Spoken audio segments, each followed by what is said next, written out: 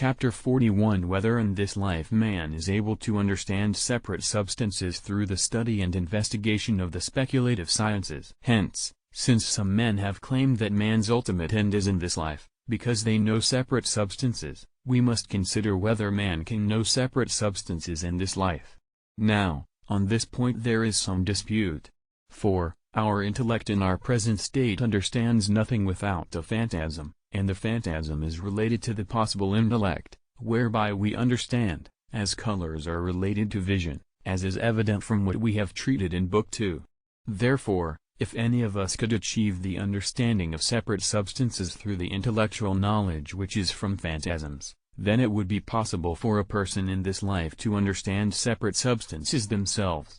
Consequently, by seeing these separate substances one will participate in that mode of knowledge whereby the separate substance, while understanding itself, understands God.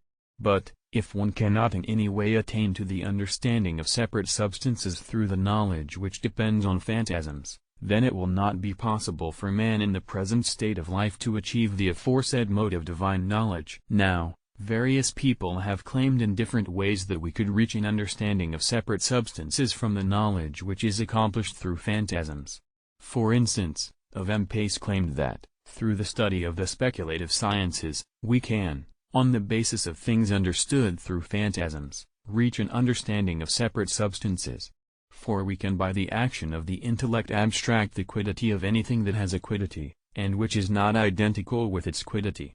Indeed, the intellect is naturally equipped to know any quiddity, insofar as it is quiddity, since the proper object of the intellect is what a thing is. But, if what is primarily understood by the possible intellect is something having a quiddity, we can abstract through the possible intellect the quiddity of that which is primarily understood. Moreover, if that quiddity also has a quiddity, it will in turn be possible to abstract the quiddity of this quiddity. And since an infinite process is impossible, it must stop somewhere. Therefore, our intellect is able to reach, by way of resolution, the knowledge of a quiddity which has no further quiddity. Now, this is the sort of quiddity proper to a separate substance. So, our intellect can, through the knowledge of those sensible things that is received from phantasms, reach an understanding of separate substances. He proceeds, moreover, to show the same thing in another, similar way.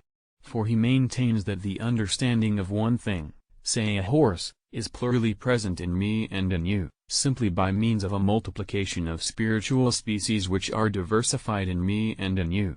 So, then, it is necessary that an object of understanding, which is not based on any species of this kind, be identical in me and in you. But the quiddity of an object of understanding, which quiddity our intellect is naturally capable of abstracting, has no spiritual but individual species, as we have proved, because the quiddity of a thing that is understood is not the quiddity of an individual, either spiritual or corporeal, for a thing that is understood, as such, is universal.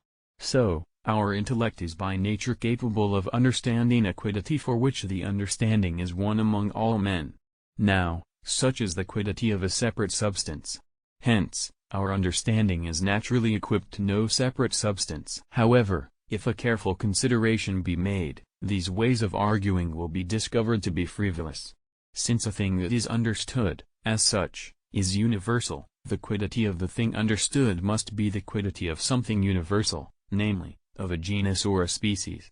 Now, the quiddity of a genus or species pertaining to these sensible things, whose intellectual knowledge we get through phantasms, includes matter and form within itself.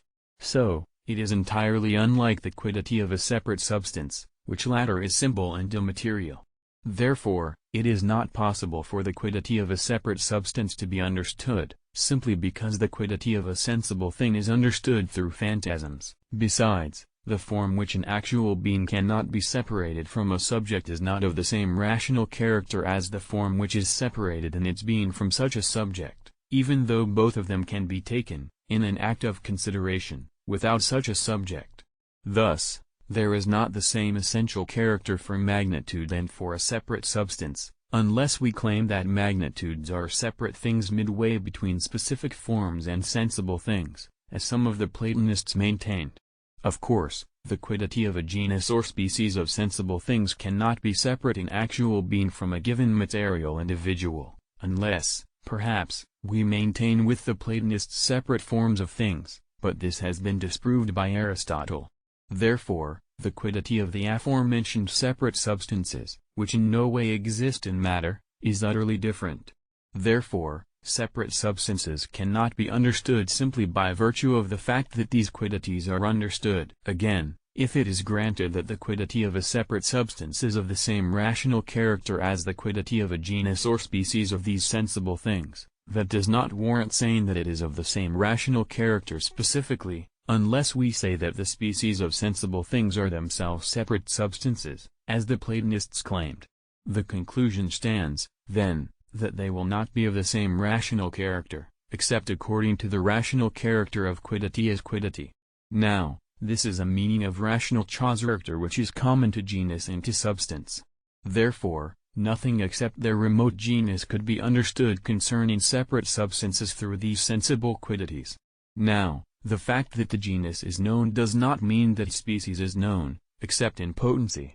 So, separate substances could not be understood through an understanding of the quiddities of these sensible things. Moreover, there is a greater difference between separate substances and sensible things than between one sensible thing and another.